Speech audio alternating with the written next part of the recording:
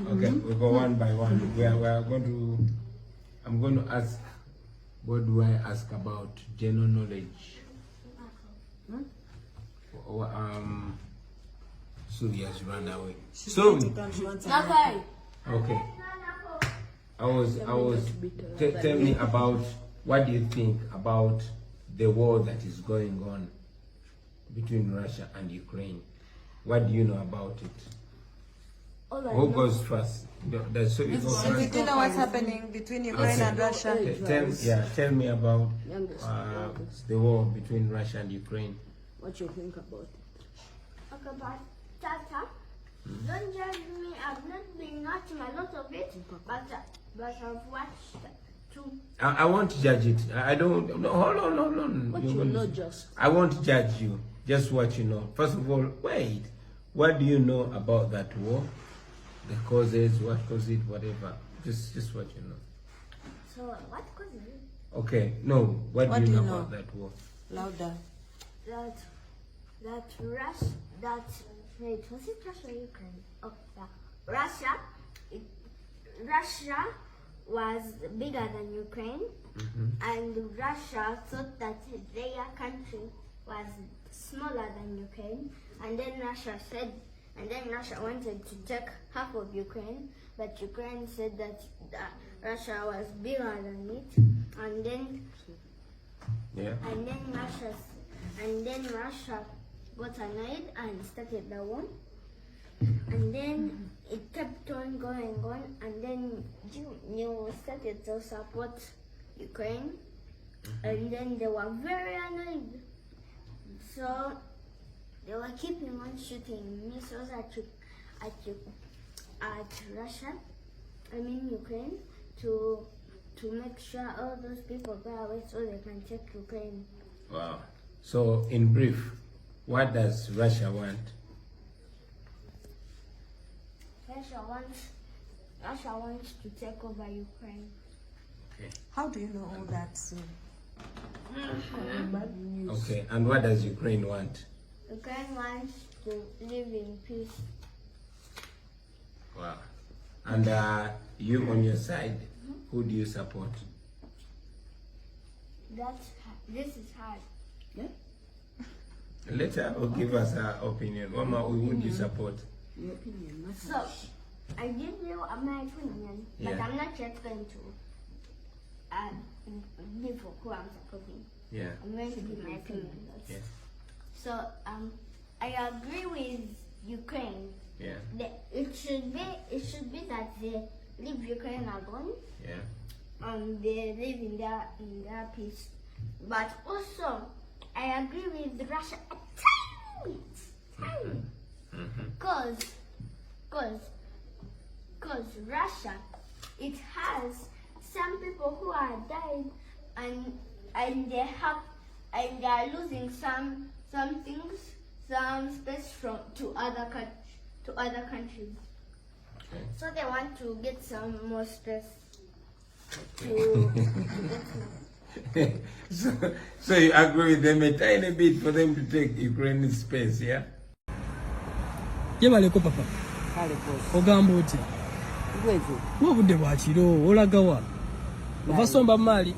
Ndi mukuwenja chupa. Ndi mukuwenja chupa. Jebale, oyina emyaka emeka? Emyaka?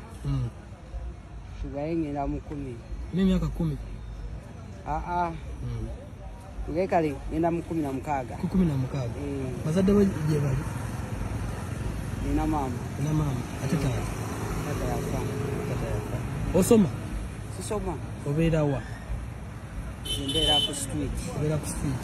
Toyina wobeera bagamba nti wano? Kale mbeera ku street naye mbeera wa Katwe. Katwe, osinga beera Katwe. Katwe. Ate kusanze eno salama kati otambudde okuva e Katwe paka eno. Kiri west. Ntambula. Eso. Nempenja. Nemala okuwenja. Nenfuna we neebaka. Nekucha kumacha. Eso. Nengenda paka wa. Noddamu n'onoonya. Nezzamu nenoonya. Weewera kijjudde bulungi. Nenswala paka wa. Byammeka kati ebyo byonna. Just in case ng'owezezza. Okay, buli case. Kale ky'omanya buli kilo yammeka? buli kilo ya bibiri bina buli kilo ya bina bina kati ezo kilo mekezo zoyinawo kati tebuwera bulenganga kilo nga 3 kati wembanga nkwetaaze nga nali agadde okuddamu okunyumya naawe nza kukujjawa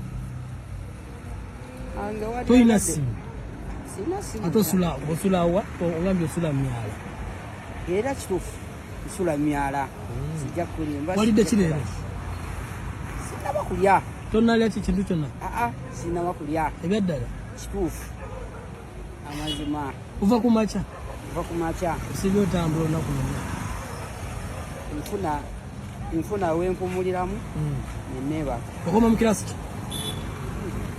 ale nze saasoma nnyo wakoma mu kirasi nakoma mu pifo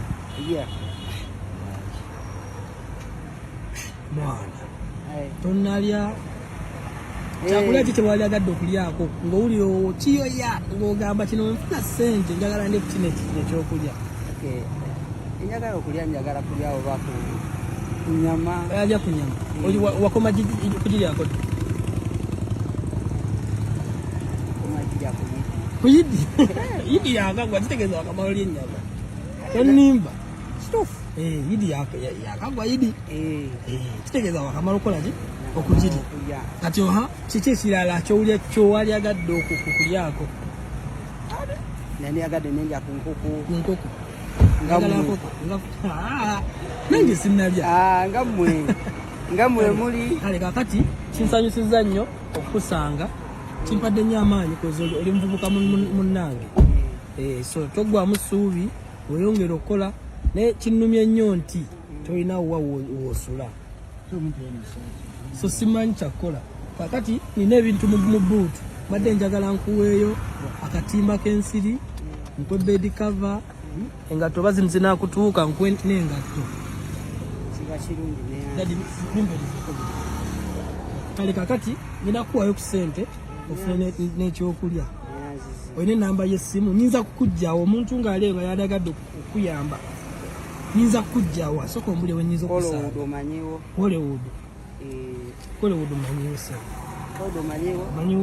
manyiwo wano ekibuye wano Hollywood ngewa wakafeero essebo obuuza edimutwe wakafeero bwe ntuukawo mbuuza edimutwe okira wansi ku stage n'obuuza edimutwe kati nze baba bakumanyi bajja kuntuusawo oli kale kakati kuno kuliko empale n'essaati n'amasuuka aliyo ne bino kunebika nyanza munange kakati naye nga oli mulamu bulungi nze ndi mulamu bulungi sina kyenkozesa ati omuntu nga yayagadde okukuzayo ku ssomero oyinza okugenda oyinza ogenda nga sente weziri munange n'ogenda n'oddamu n'osoma bakasa kubanga mama wange talina sente tekana nkoga kofi sewe walonyeddeko ka kofi kanywe kashali ka pia fresh kanyweko totutya tuli basajja bano akati n'engatto zizino biri bibiwumuze wansi engatto ziizo kakati waliyo kyekira bedikava nsuubiza n'essente sekyo muganda wange kakati simidde bulungi nnyo naye so abulwa kikyakuwaayo kituufu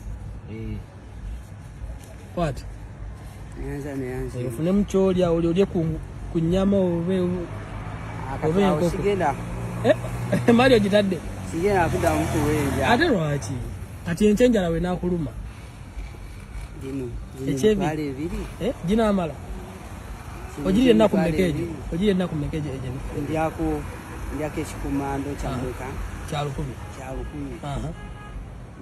newampa n'amazzi nenywa kikumando n'amazzi amazzi gagameka ga 10 gaba ga 10 10 mu 10 buli lunaku kitegeeza ennaku zo 20 emitwalo 2 n'ebirala bingi kati kasito oŋŋambye ewokusanga nze nja kujja wande ngenda keera nzze ku Hollywood Kama ogenze wendi ali tata nyanja ne kama webale kola webale nnyo okwagala kola nange kale kino kino kino ekyebiri tofaayo